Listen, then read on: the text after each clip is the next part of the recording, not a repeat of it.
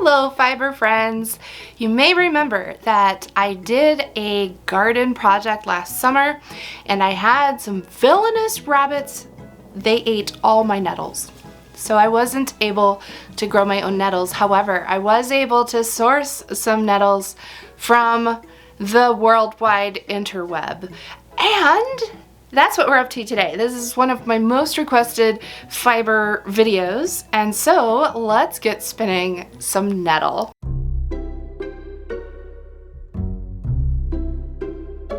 Ow! It's very windy outside, so if you hear the house creaking, it's fine. It's just super duper windy. Sally Pointer has some very awesome videos on processing stinging nettles and how to go about that. She's doing it from fresh nettles, so they're still green when she's harvesting and scraping them to get the fibers out. This Himalayan nettle has clearly been dried, and I think it's been a little bit retted as well. So that helps to break it down, and we can get in there and get to the nettle fibers within this plant. So we are taking the parts of the plant that transfer the nutrients up and down, and that is the part we are going to spin. But we don't want all of the other parts of the plant that, you know, like the hold it upright stalk kind of stuff. I need to get the fibers out of here. I have found a method that is working for me. It's a little labor intensive and it is creating a lot of waste, but I am getting some beautiful usable fibers. So let's get over to the little hackle and brush and I'll show you what's up. These are huge. Giant nettle. I think that's another name for these. They're pulled up by the root and they were this long at some point. A little like flax in a way. The basic idea of getting these cleaned up is to break this apart so that it becomes as many individual strands as possible, and then we want to clean out the gunk from those strands so that we are left with something that is lovely to spin and not this would be a mess. I'm going to take a piece off the end here. So I just kind of tug at it a little bit. That's probably good. It's not really breaking anymore. So anything that just broke just now from me tugging on it would have broken while I was cleaning it up anyway. So I'm not necessarily trying to protect the length of these huge long fibers. You'll see, they're gonna come apart a little bit. So my favorite tools to do this, I have a couple. One is this little kind of mini hackle. This is another Indigo Hound tool. And I find it helpful just for kind of flinging the fibers through, and it helps to comb them out to break them up. And then I use this. Also, it looks like a flicker brush, but it's actually a mini hand card. These are from Shacked. I do have these in my shop. I think these are great, especially for children or people who don't have the hand strength for whatever reason for the large, heavier hand cards. There's not as much an order of how I go about this as there is a just sort of a keep at it attitude. It's not like I say, I do this, then I do this, then I do that. I just kind of sit here with the fibers and then I tease them open, I flick them on the hand card, I tease them open some more, I pull out the long ones. You'll kind of get an idea. There's a little bit of, I guess, a rhythm to it, but for the most part, I'm just going at it between the tools I have here to get the junk off and make it nice to spin. So let's get to it. To start with, I'm going to hold on to my little hackle and I'm going to wrap this around my fingers so that I don't have to hold it so hard. It'll just be held around my hand, and I'm going to fling it through the hackle. I'm going to move this over so I don't drop that one too.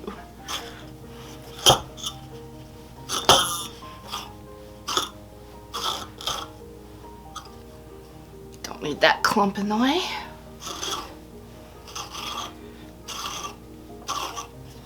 And then once I get that side kind of broken up, I'm going to flip it around and work on the other side.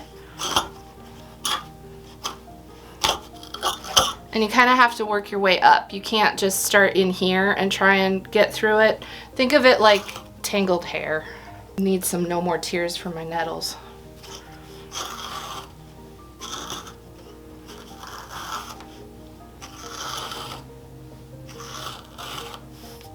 We're getting there. That's looking better.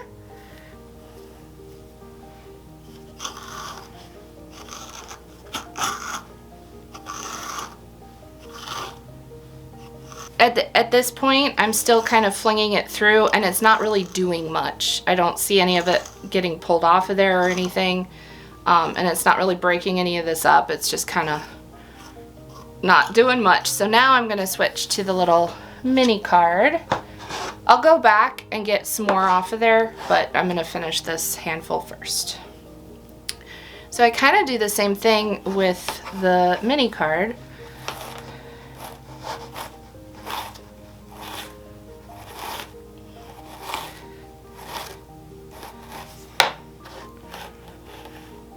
And then flip around to the other side.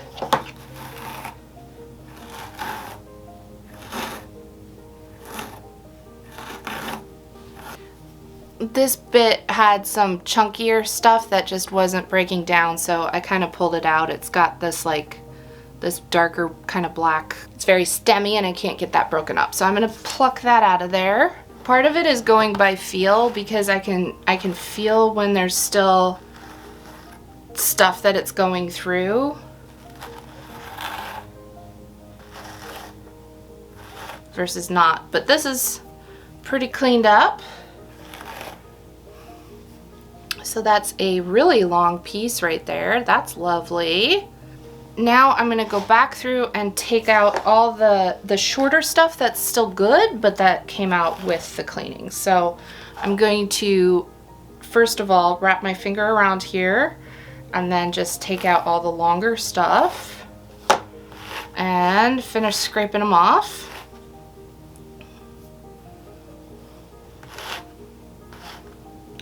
Then I've got another good bit here for spinning.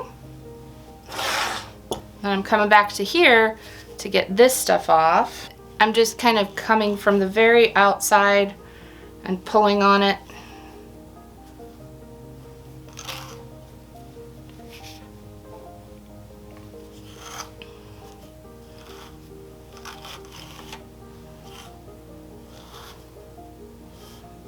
There is a point where it just gets too short to be worth it,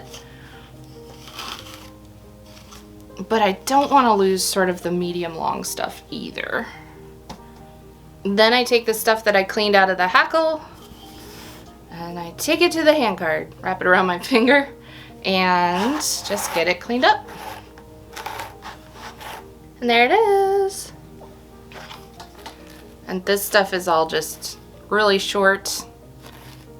So that will also go in the waste pile. And I'm ready for the next chunk. It did take a little while, but I was able to clean up about this much of the nettles. And it looks very, very much like flax to me. It's just not quite as long as line flax.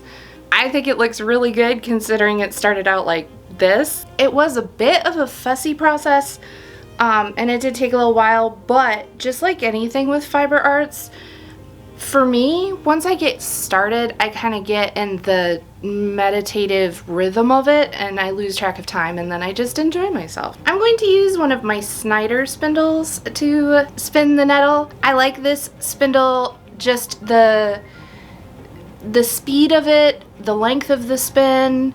I feel like it's going to give me the twist I want for the nettles. I'm not sure how to explain it better than that, but that's why I chose this spindle. I got a little bit going on here, and I'm still determining my favorite way to spin these. I've thought of a couple things. One is that I could spin from the fold. I could take a piece like this, fold it over my finger, and spin it from that. I could also just hold it and spin it like it's like a comb top. Or I think actually what I'd like to do, what I'd like to try, is tying this onto a distaff. I think I might like it better that way. Let's find out. Here's a little band that I wove. That'll work. It's wonky. It was one of my first ones.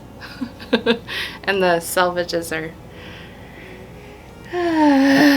serrated, we could say.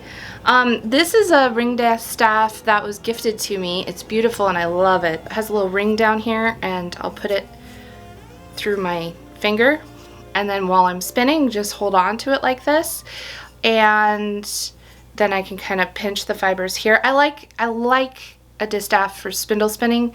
If you've ever had your fibers kind of flip down and get caught up in your yarn that you're spinning as you're spinning, you'll understand why this is such a useful tool. I want to make sure that I have the whole staple length here, which I really do.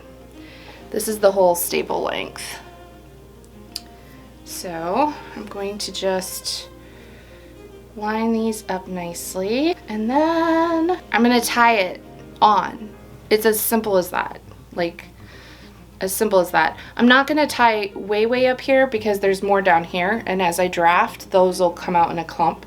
So I'm going to go up a little bit and I'll tie it kind of about here. So there's the ring of it, kind of in the middle. The tying it on part is actually kind of important because you don't want it to be so tight that you can't draft. Obviously that defeats the purpose, but you also don't want it so loose that everything's going to fall out.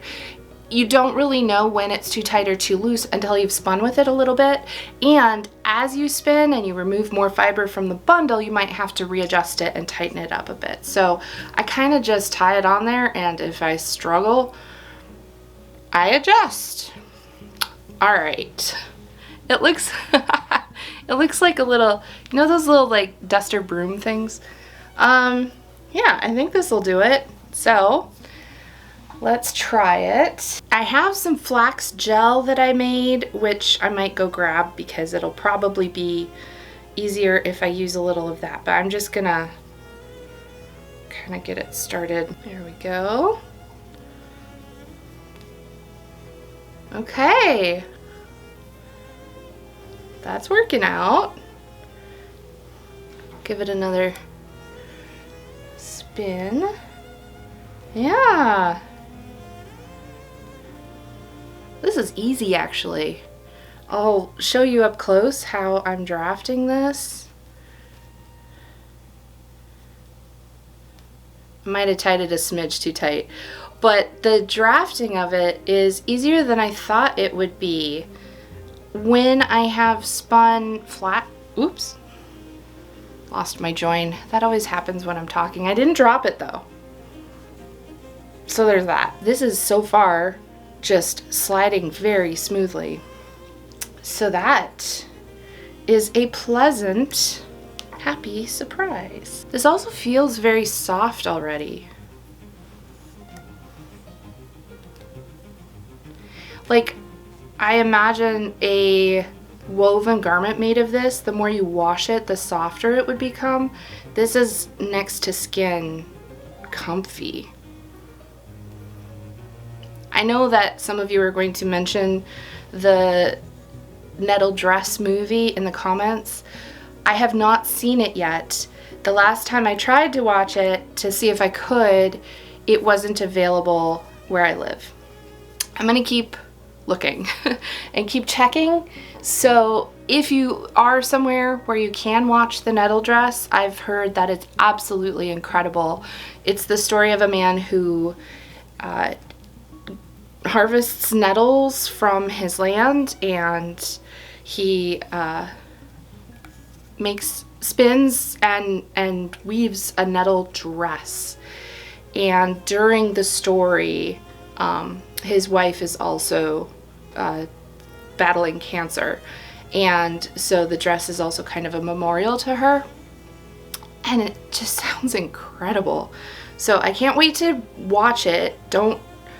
I'm not sure there's spoilers. We know he makes the dress, and we know it's an incredibly emotional and well done movie, so I'm not sure how to give spoilers, but if there are any spoilers, I don't want them because I'll watch it eventually. But if you have seen it, let me know if you have seen it and what you thought of it. Once I got this really going, I feel like it wants to be a bit thinner. I'm down with that. We can go a smidge thinner. I'd like to put this into some weaving, maybe on my Cricut, maybe on the Quartet. don't think I'll have time to get to that before the video comes out, but I do have a couple weaving projects lined up that I will be doing in the near future, and this is definitely going to be one of them. So don't despair. You will see it at some point. And I also didn't want to leave this project without actually getting to look at some real Nettle fabric. So I ordered some, and it came from Apple Oak Fiberworks. It was a couple samples. They were a little pricey even for samples, but worth it, totally worth it, in my opinion.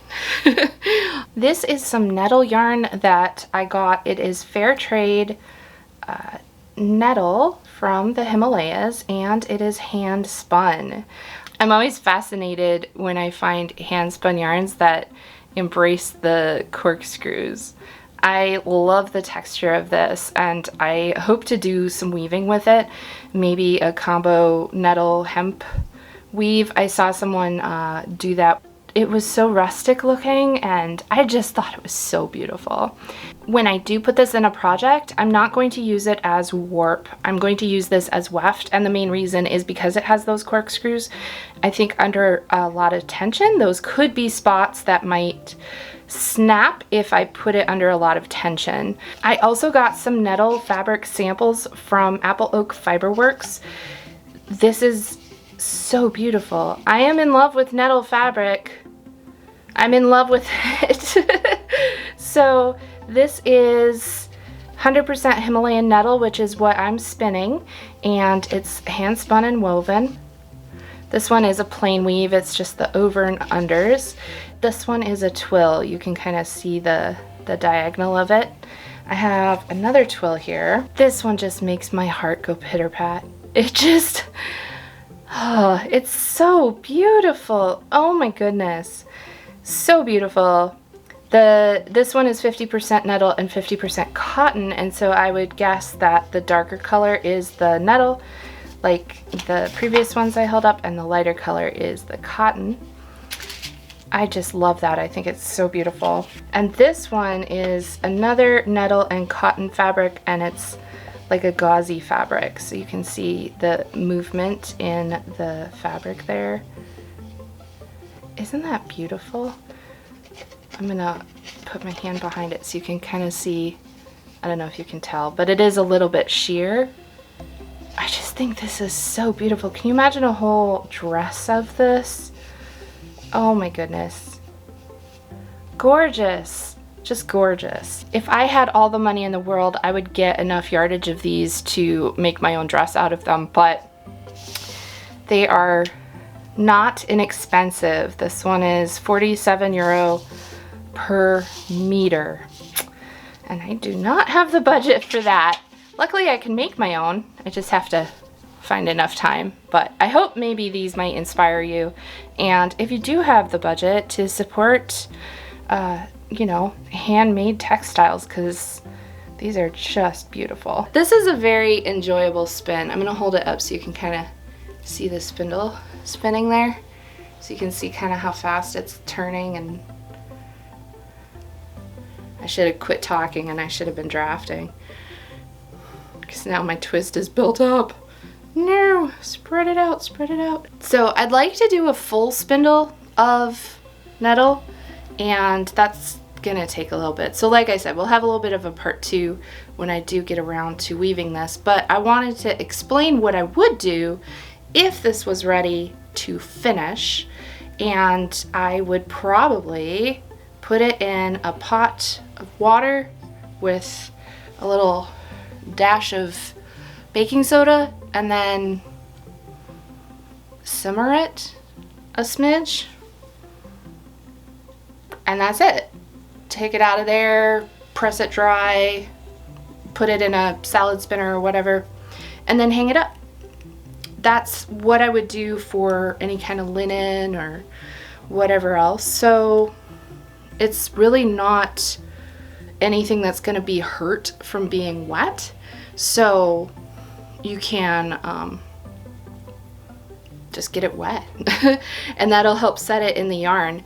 The baking soda is to help kind of dissolve the whatever other pectins and sticky kind of plant substances might still remain, and it will turn the water brown if you are getting some of that out of there. Just rinse it and repeat until the water's no longer brown. That's what I would do. That's exactly what I would do for linen. So if Nettle behaves the same way, I will confirm and I'll give you an update.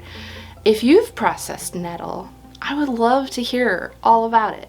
Share your experience, share your tips and your tricks and your don't do it this way or your do it like this in the comments. I'd love to read about it, and I'm sure everyone watching would love to read about it as well.